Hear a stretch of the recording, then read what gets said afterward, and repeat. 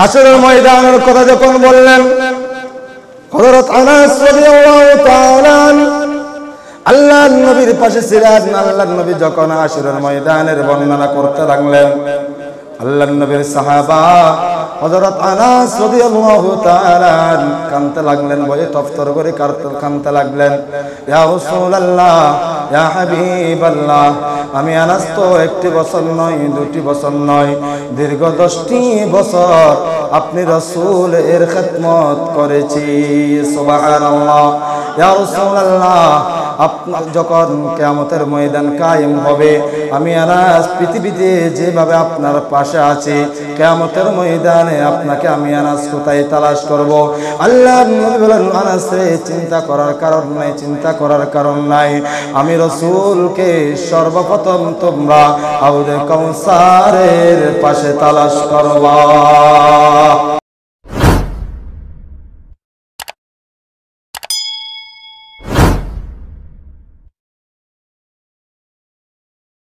মিলাদুন নবীর আলোচনা অনেক শুনেছেন, অনেক দেখেছেন, আলহামদুলিল্লাহ। আপনাদেরকে আজকে মিলাদুন নবীর আলোচনা করব না। যে মিলাদের কারণে আমরা যেটা নিয়ামত পেয়েছি, আসমানের নিচে জমিনের উপরে সর্বোত্তম ইবাদত কি বলেন? নামাজ। বলেন কি?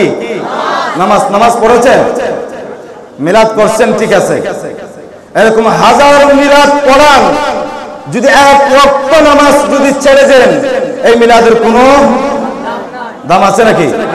থাকবে দাম? তাহলে এখন আমাদেরকে, যারা আমাদের ভিন্ন আকীদা পোষণকারী আছে, আমার অন্য ভাইয়েরা যারা আছে, আমাদেরকে সব সময় ইন্ডিকেট করে একটা কথা বলে, বিরিয়ানি খাওয়া সুন্নি, বলেন এরকম। আমি বলি তাদেরকে, ভাই আমরা বিরিয়ানিও খাই, মিলাদুন নবী করি, নামাজও পড়ি। সুবহানাল্লাহ। কারণ জশ্নে জুলুস এই যে মিলাদুন নবী সাল্লাল্লাহু আলাইহি ওয়াসাল্লাম আদায় হয়েছে, সর্বশেষ রাসূল পাকের উপর সালাতু সালাম দিয়ে নামাজের মাধ্যমে, মুনাজাতের মাধ্যমে এই মিলাদ শেষ করেছেন। সুবহানাল্লাহ। যারা বলে এই মিলাদের মধ্যে, জুলুসের মধ্যে নামাজ নাই, মিলাদের মধ্যে, জুলুসের মধ্যে ইবাদত নাই, তারা শিরিক করে, বিদআত করে, আমি তাদেরকে গালি দেব না ভাই, তাদের সমালোচনা করব না। আপনারা আসেন, আপনাদের যুক্তি দেন, আমাদের যুক্তি দেব। আপনাদের যুক্তি যদি কোরআন ও হাদিস মোতাবেক হয়, আমরা আনন্দের সহিত মাথা পেতে নেব আপনাদের ঠা, ঠিক কিনা?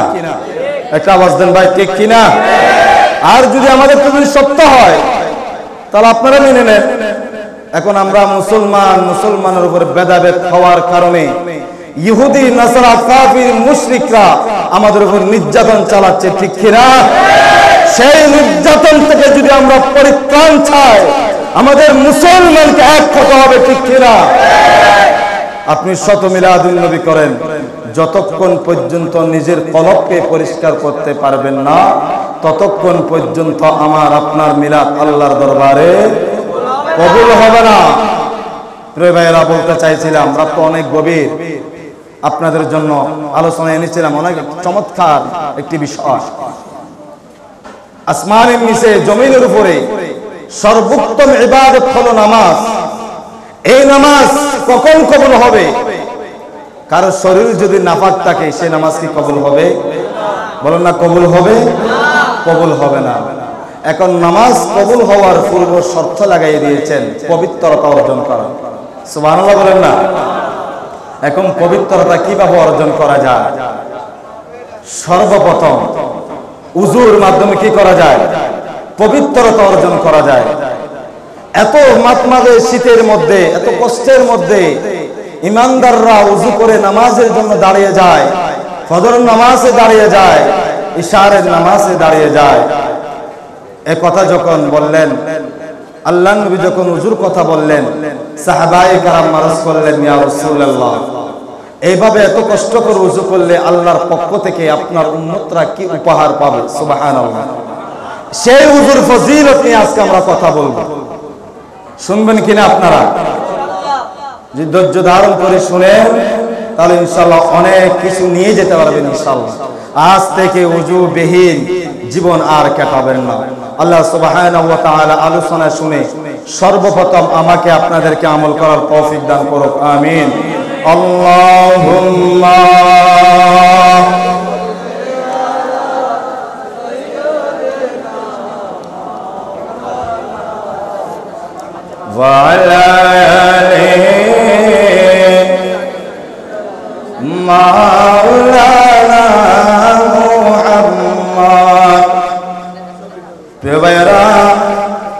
চেয়েছিলাম আপনাদের খেদমতে এই ওযু সম্পর্কে নিয়ে আল্লাহর প্রিয় রাসূলের দরবারে যখন সাহাবায়ে কেরাম আরজ করলেন, ইয়া রাসূলুল্লাহ ইয়া হাবিবাল্লাহ, এই ওযু যদি আমরা এত কষ্ট করে করি আল্লাহর দরবার থেকে কি নিয়ামত পাবো? এই ওযুর বিষয় নিয়ে আল্লাহ রাব্বুল আলামিন কালামে মাজিদে বলেছেন কিনা? সাথে সাথে রব্বুল আলামিন কালামে মাজিদ দিয়ে জগৎকে জানিয়ে দিয়েছেন। সূরা মাইদার 6 নম্বর আয়াতে রব্বুল আলামিন চমৎকার ভাষায় বলেন, ইয়া আইয়ুহাল্লাযীনা আমানু ইযা কুনতুম ইলাস সালাতি ফাগসিলু وجوهكم وأيديكم إلى المرافق سبحان الله يا أيها الذين آمنوا وهي من دربان إذا قمتم إلى الصلاة যখন তোমরা নামাজের জন্য সালাতের জন্য দণ্ডায়মান হতে চাও, নামাজের জন্য দাঁড়িয়ে যাও, ফাগসিলু ওযুহাকুম ওয়া আইদিয়াকুম ইলাল মারাফিক, ফাগসিলু ওযুহাকুম, তখন তোমাদের মুখ ও দুই হাত কোনই পর্যন্ত ধৌত করো না। সুবহানাল্লাহ। তোমরা যখন নামাজের জন্য দাঁড়ানোর মনস্থ করবা, তারপরে তোমরা ওযুর জন্য দাঁড়িয়ে যাও, ওযু করার জন্য তোমরা ভালোভাবে তোমাদের কোনই পর্যন্ত ভালোভাবে ধৌত করো না। ওয়া আইদিয়াকুম মিনাল মারাফিক ওয়ামসাহু বিরুসিকুম, তোমাদের মাথাকে মাসহ করো না। ওয়া আরজুলাকুম মিনাল কাবাইন, তোমাদের পায়ের গোড়ালিকে তোমরা ভালোভাবে ধৌত করো না। আয়াতে কারিমা থেকে আমাদের স্পষ্ট ক্লিয়ার হয়ে গেল ওযুর মধ্যে ফরজ আছে কিনা? বলেন না, ওযুর মধ্যে ফরজ আছে কিনা? যদি কোনো ভাই যদি ওযুর মধ্যে যদি একটি ফরজ যদি বাদ দিয়া দেয়, ওই ব্যক্তির ওযুর সঠিক হবে নাকি? ওযুর সঠিক হবে না। ওই ব্যক্তির যদি ওযু যদি সঠিক না হয়, তাহলে ওই ব্যক্তির নামাজ ইবাদত আল্লাহর দরবারে কবুল হবে না। ঠিক কিনা? তাহলে নামাজ যদি পরিপূর্ণ করতে চায়, নামাজকে যদি সহি করতে চায়, আল্লাহর দরবারে যদি কবুল করতে চায়, আমাদের পূর্বে কি করতে হবে? ওযু সঠিকভাবে থাকতে হবে। এখন ওযু করলাম, অনেকবার ওযু করে, ওযু করার সময় দেখা যায় এখন যখন হাত যখন ধৌত করে হাতের এই গোড়ালি পর্যন্ত যায় না, অর্ধেক ধুয়ে ফেলে, অর্ধেক তাড়াহুড়া করে মসজিদে চলে যায়। যখন মুখ ধৌত করে কানের গোড়ালি পর্যন্ত তার পানি যায় না। ঠিক কিনা? তাড়াহুড়াহুড়ি করে পায়ের গোড়ালির মধ্যে পানি পৌঁছায় না। মাথার 4 ভাগের 1 ভাগ মুসলমান আশিক রাসূল দাবি করে, কিন্তু ওযুটা পর্যন্ত জানে না। ঠিক কিনা? তাহলে এই পবিত্র কালাম থেকে আমরা জানতে পারলাম আজ ওযুর ফরজ কয়টি? 4টি। ওযুর ফরজ কয়টি? 4টি। এই 4টি ফরজ থেকে যদি কোন একজন ভাই যদি একটি ফরজ যদি বাদ যায়, ওই ব্যক্তির ওযু সঠিক হবে না। তাহলে আমাদের ওযু করার সময় এমন ভাবে ওযু করব যাতে যে সমস্ত অঙ্গটুকুন দোয়া ফরজ করেছেন আল্লাহর নবী, আল্লাহ কালামে মাজিদ দিয়ে স্পষ্ট করে আমাদেরকে ক্লিয়ার করে দিয়েছেন, আমরা ওযু করার সময় সেটার প্রতি আমাদের লক্ষ্য থাকে। ইবাদত ঠিক থাকবে, নামাজ ঠিক থাকবে, হজ ঠিক থাকবে, যাকাত ঠিক থাকবে। আল্লাহর ঘরখানায় কাবায় গেলেন, তাওয়াফ করলেন, তাওয়াফ করার অবস্থা আপনার ওযু সঠিক হয় নাই, সেই তাওয়াফ কি আল্লাহর দরবারে কবুল হবে? হবে না। প্রিয় ভাইয়েরা, বলতে চাইছিলাম এই ওযুকে কেন্দ্র করে রব্বুল আলামিন চমৎকার ভাষায় আমরা কিভাবে সাহাবায়ে কেরামরা আরজ করলেন, ইয়া রাসূলুল্লাহ, আমরা কিভাবে ওযুর মাধ্যমে পবিত্রতা অর্জন করতে পারি, কি দিয়ে আমাদের পবিত্রতা অর্জন হয়, সেই সম্পর্কে রব্বুল আলামিন সূরা ফুরকানের 48 নম্বর আয়াতে চমৎকার ভাষায় বলেন, وهو الذي أرسل الرياح بشرا بين يدي رحمته وأنزلنا من السماء ماء طهورا। আল্লাহ তাআলা বলেন, ও বান্দা, আমি আকাশ থেকে পবিত্র পানি তোমাদের জন্য বর্ষণ করেছি। আজকে যে বৃষ্টি হলো, সেই বৃষ্টি নাপাক নাকি পবিত্র? এই বৃষ্টি কি দুনিয়ার কোন রাজা বাদশা দিয়েছেন নাকি দিয়েছেন কে? আল্লাহ, সেই আল্লাহ বলছেন আমাদেরকে, বান্দা তোমাদের জন্য আমি রহমতের বৃষ্টি দিচ্ছি, এই পানি দিয়ে তোমরা পবিত্রতা অর্জন করবা। আল্লাহ বলেন, আমি আকাশ থেকে পবিত্র পানি বর্ষণ করছি,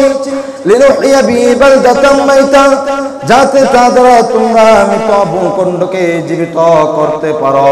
জমিনের যখন তোমরা ফসল রোপণ করবা, ওই ফসলের মধ্যে যখন তোমরা ফসল ক্ষেত রোপণ করবা, ওইখানে যখন পানির প্রয়োজন হয়, তোমরা যখন হাহাকার করো পানির জন্য, আমি আল্লাহ রহমত দিয়ে তোমাদের ওই ভূখণ্ডকে আমি আল্লাহ পানি দিয়ে আল্লাহ সুশোভিত করে দিই। সুবহানাল্লাহ। সেই জন্য রব্বুল আলামিন আয়াতে কালামে মাজিদে বলেন, ও ইয়া রাসূলুল্লাহ, সাহাবায়ে কেরাম আরজ করলেন, ইয়া রাসূলুল্লাহ, পবিত্রতা অর্জন করলে আল্লাহ ভালোবাসেন কিনা? রব্বুল আলামিন বলেন, ইন্নাল্লাহা ইউহিব্বুত তাওয়াবিনা ওয়া ইউহিব্বুল মুতাতাহহিরিন। রব্বুল আলামিন বলেন, ও বান্দা, আমি আল্লাহ তাদেরকে ভালোবাসি যারা গুনাহ করার পরে আমি আল্লাহর কাছে বেশি বেশি তাওবা করে। পৃথিবীর মধ্যে এমন কোন ব্যক্তি নাই গুনাহ ছাড়া, রাত হোক, দিন হোক, ঘুম হোক, চেতন হোক, প্রকাশ্য হোক, অপ্রকাশ্য হোক, যে কোনো ওয়ায়, যে কোনো প্রসেসে শয়তানের ওয়াসওয়াসায় পড়ে মানুষ অন্যায় করে ফেলে, গুনাহ করে ফেলে, গুনার কাছে নিমজ্জিত হয়ে যায়। রব্বুল আলামিন বলেন, ও বান্দা, চিন্তা করার কোনো কারণ নাই। তোমরা গুনাহ করেছো, গুনাহ করার পর যখন আমার ঘর মসজিদে ঢুকে যখন তোমরা তওবার হাত বাড়ায় দেবা, আমি আল্লাহ তোমার জীবনের গুনাহটুকু সাথে সাথে মাফ করে দেব। এখন তওবা করার দরকার আছে না নাই?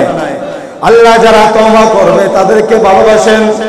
ওয়ায়ুহিব্বুল মুতাতাহহিরিন, যারা পবিত্রতা অর্জন করে তাদেরকে রব্বুল আলামিন ভালোবাসেন। এখন সাহাবায়ে কেরাম আরজ করলেন, ইয়া রাসূলুল্লাহ, আল্লাহর দরবারে কোন জিনিস সবচাইতে বেশি দামি? পৃথিবীর জমিনের যাদের টাকা আছে, পয়সা আছে, ক্ষমতা আছে, দোকান আছে, ব্যবসা আছে, তারা কোন ব্যক্তি দামি? সাহাবায়ে কেরাম যখন সেই প্রশ্ন রাসূল পাকের দরবারে করলেন, আল্লাহর সাথে সাথে আল্লাহর জবানে জগৎকে জানিয়ে দিয়েছেন। 26তম পারা 16 নম্বর পৃষ্ঠার মধ্যে রব্বুল আলামিন বলেন, ইন্না আকরামাকুম ইনদাল্লাহি আতকাকুম। বান্দা, পৃথিবীর জমিনে আমি আল্লাহর কাছে কোটিপতি নয়, টাকাওয়ালা নয়, পয়সাওয়ালা। 20 কাতারের মধ্যে আমার উম্মতের কাতার হবে সর্বশ্রেষ্ঠ কাতার, 80 কাতার। সুবহানাল্লাহ বলেন না ভাই? 120 কাতারের মধ্যে যদি 80 কাতার চলে যায়, আর কয় কাতার থাকে? 40 কাতার। 1,24,000 নবী রাসূলের উম্মতের কাতার হবে 40 কাতার, আর আমার নবীর উম্মতের কাতার হবে 80 কাতার। ওই 80 কাতারের মধ্যে আমার নবী উম্মতদেরকে কবর থেকে তুলবে আল্লাহ রব্বুল আলামিন 12 ভাগে বিভক্তি। কয় ভাগে? 12 চিরনিতে ভাগ করে হাসরের ময়দানে আমাদেরকে তুলবেন। ভাইয়ারা, এই কথা যখন বললেন, সাহাবায়ে কেরাম আরজ করলেন, ইয়া রাসূলুল্লাহ, আপনার কোটি কোটি উম্মত, আপনার কোটি কোটি গুনাহগার উম্মতদেরকে আপনি কিভাবে চিনবেন? আপনার উম্মত হবে 80 কাতার, অন্যান্য নবী রাসূলের উম্মতের কাতার হবে 40 কাতার, মোট 120 কাতারের মধ্যে আপনার উম্মতদেরকে আপনি কিভাবে যাচাই বাছাই করতে পারবেন? আপনি কিভাবে চিনবেন? আল্লাহর নবী বলেন, উম্মত, তোমরা শুনে রাখো, এমন একটি আমল আছে যে আমলটুকু করলে আমার উম্মতের হাত পা জ্বল করে জ্বলতে থাকবে কিয়ামতের ময়দানে। সুবহানাল্লাহ। আল্লাহর নবী যখন বললেন, সাহাবায়ে কেরাম আরজ করলেন, ইয়া রাসূলুল্লাহ, কোন আমল আমাদেরকে একটু বলে দিন।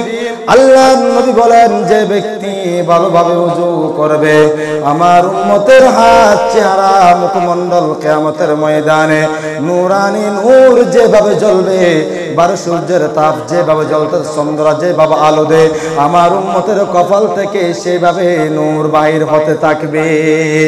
এই হাদিসে মুবারকা সহিহ আল বুখারী শরীফের বর্ণনায় এই হাদিস মুবারকা মুসলিম শরীফে উল্লেখ করা হয়েছে। হাদিস নম্বর 138 নম্বর হাদিস। আল্লাহর নবী বলেন, নাঈম আল মুজমিরি ক্বালা রাকিতু মা আবি হুরায়রা আলা যারিল মসজিদে। আল্লাহর নবীর হযরত নাঈম মুজমির রাদিয়াল্লাহু তাআলা থেকে বর্ণিত, তিনি বলেন, রাকিতু মা আবি হুরায়রা আলা যারিল মসজিদে, আমি আবু হুরায়রা রাদিয়াল্লাহু তাআলা আনহুর সাথে মসজিদের ছাদে উঠলাম। আমাদের মসজিদ আছে না, মসজিদের ছাদে আবু হুরায়রার সাথে উঠলেন। তখন ফাতাওয়াদ্দা, তিনি ওযু করলেন। ফাকালা ইন্নী সামি'তু রাসূলুল্লাহ সাল্লাল্লাহু আলাইহি ওয়াসাল্লাম, তারপর বললেন, আমি রাসূলুল্লাহ সাল্লাল্লাহু আলাইহি ওয়াসাল্লামকে বলতে শুনেছি, ইয়াকুলু ইন্না উম্মতি ইউদআউনা ইয়াওমাল কিয়ামাতি গুররান মুহাজ্জালিনা মিন আথারিল উযু। আল্লাহর নবী বলেন, নিশ্চয় কিয়ামতের ময়দানে আমার উম্মতদেরকে এমন অবস্থায় ডাকা হবে। সাহাবায়ে কেরাম আরজ করলেন, ইয়া রাসূলুল্লাহ, কোন অবস্থায় ডাকা হবে, কোন অবস্থায় ডাকা হবে?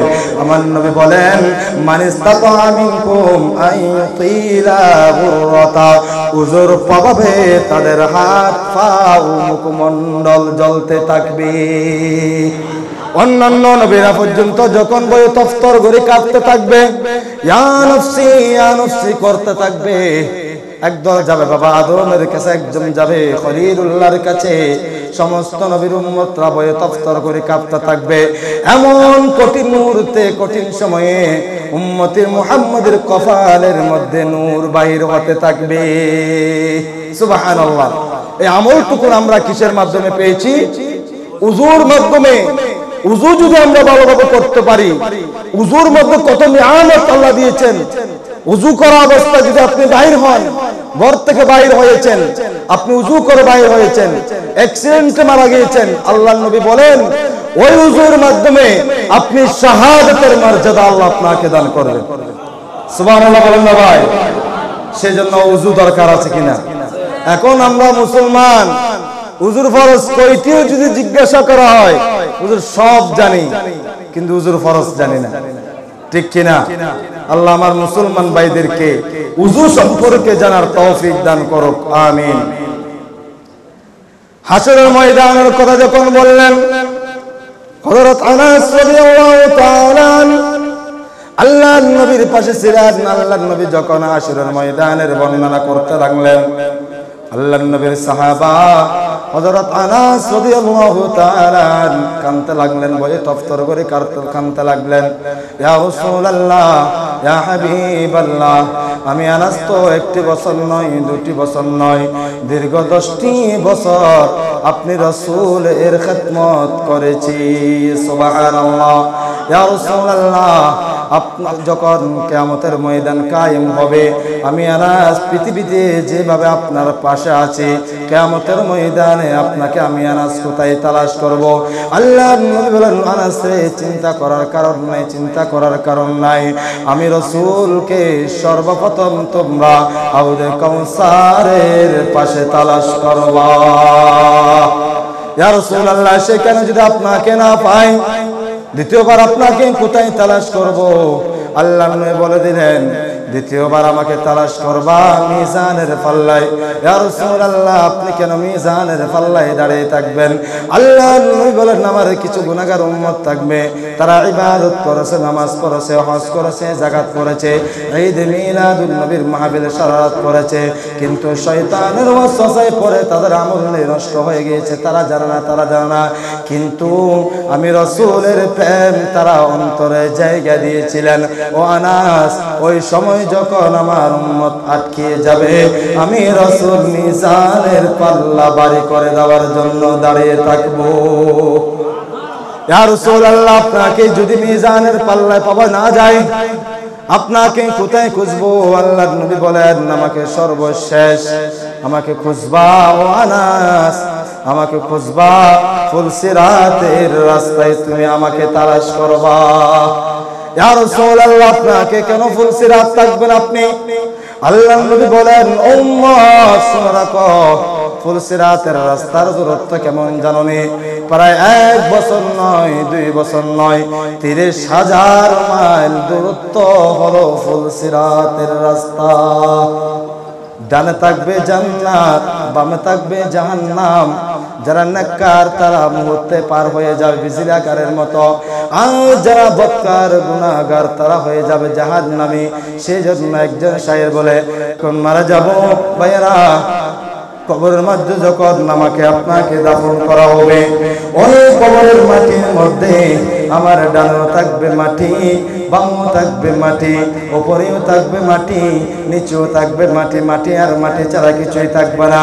সেই কঠিন মুহূর্তে, কঠিন সময়ে আমার নবী বলেন, 12 রবিউল আউয়াল মাস যখন আসবে, উম্মত রে তোমরা যখন নামে রাসূলের প্রেমে পড়ে ঈদে মিলাদুন নবী সাজাইলা, নিচে রাতে বসে থাকলা, বৃষ্টির মধ্যে কষ্ট করে বসে থাকলা, এত কষ্ট করে আমি রাসূলের মিলাদ শুনলা, ওই কবরের মধ্যে আমি রাসূল তোমার পক্ষ হয়ে দাঁড়িয়ে যাব।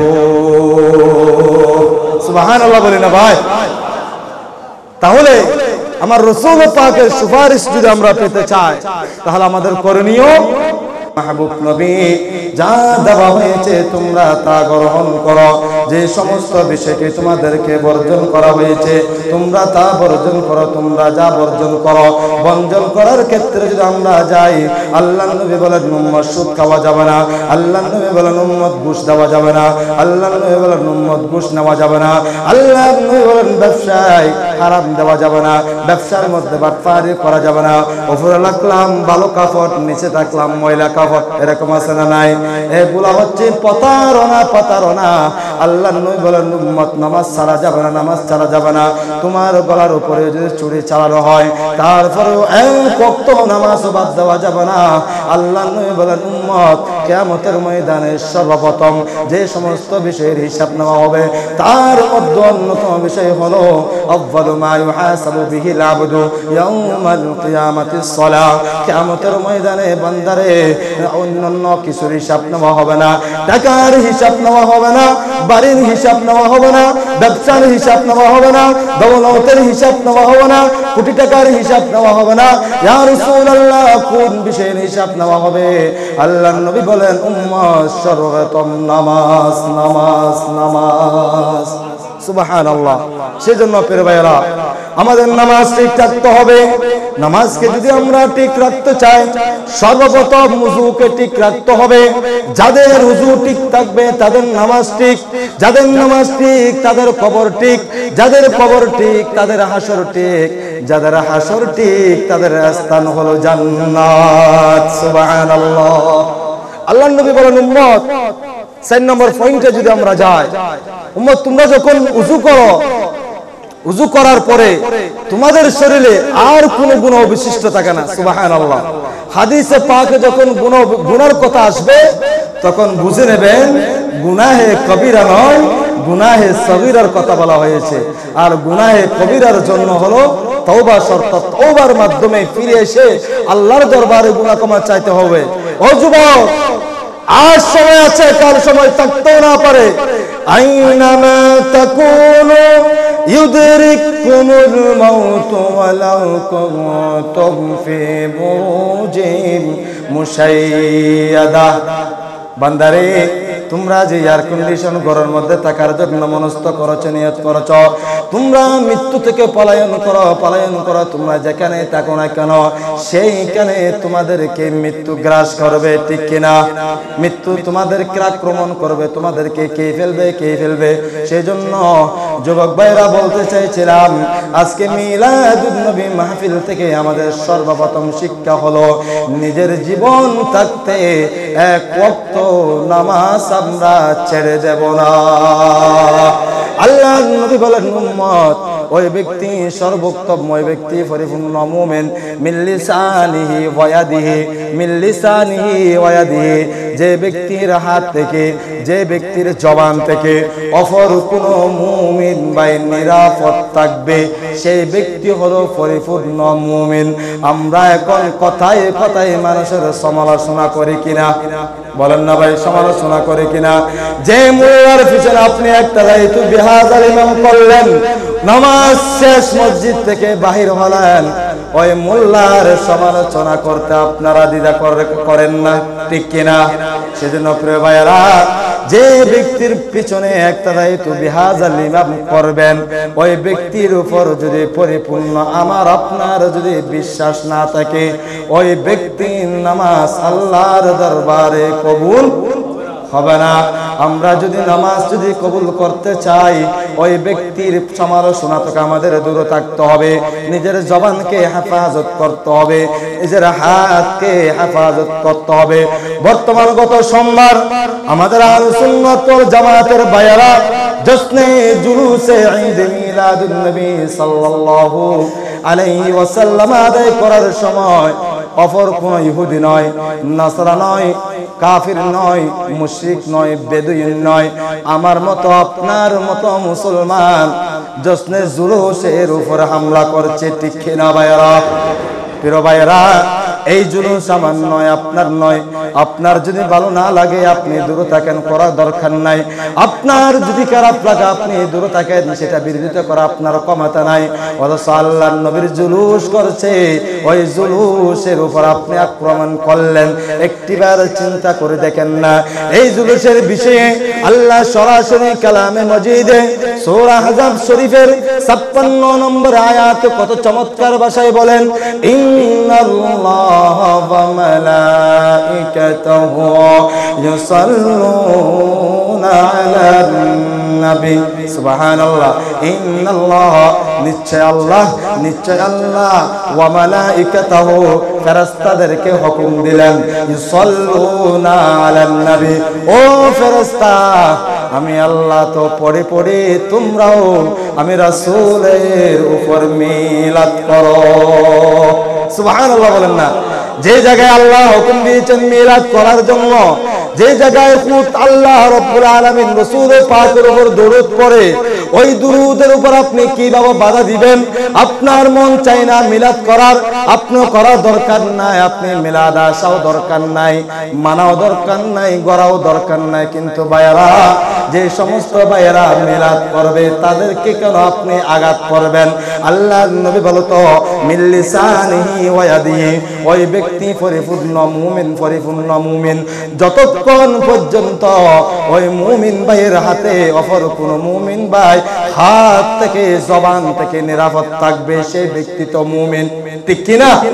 একটা আওয়াজ দিয়ে বলেন না ভাইয়েরা, ঠিক কিনা? সেই জন্য আমরা যারা কায়েদে আহলে সুন্নাত ওয়াল জামাত আছি, আমরা ঈদে মিলাদুন নবী মানি, সিরাতুন নবী মানি, আমরা মিলাদের পক্ষে আছি, সিরাতুন নবীর পক্ষে আছি। মিলাদ হলো আল্লাহর নবীর জীবন বৃত্তান্ত নিয়ে আলোচনা, আর সিরাত হলো আল্লাহর নবীর দুনিয়াবি জগৎ নিয়ে আলোচনা। সাংসারিক জীবন, পারিবারিক জীবন, রাষ্ট্রীয় জীবন, সামাজিক জীবন কিভাবে পরিচালনা করেছেন, রাষ্ট্র কিভাবে পরিচালনা করেছেন, সমাজ কিভাবে পরিচালনা করেছেন, পরিবার কিভাবে পরিচালনা করেছেন, মসজিদ মাদ্রাসা কিভাবে পরিচালনা করেছেন, আদালত কিভাবে পরিচালনা করেছেন, তার নাম হলো সিরাতুন নবী। আর মিলাদুন নবী হলো আল্লাহর নবী যে 12 রবিউল আউয়াল শরীফে পৃথিবীর জমিনে আগমন করলেন। অথচ এই মিলাদকে কেন্দ্র করে কিয়ামতের ময়দানে তো মাফ করে দিবেন আল্লাহ। এই যে কবরের বাসীর মধ্যে আবু জাহেল, অথচ কট্টর কাফের, ওই একজন আবু জাহেলের কবরের আযাব পর্যন্ত আল্লাহ মাফ করে দেন। কেন মাফ করে দেন?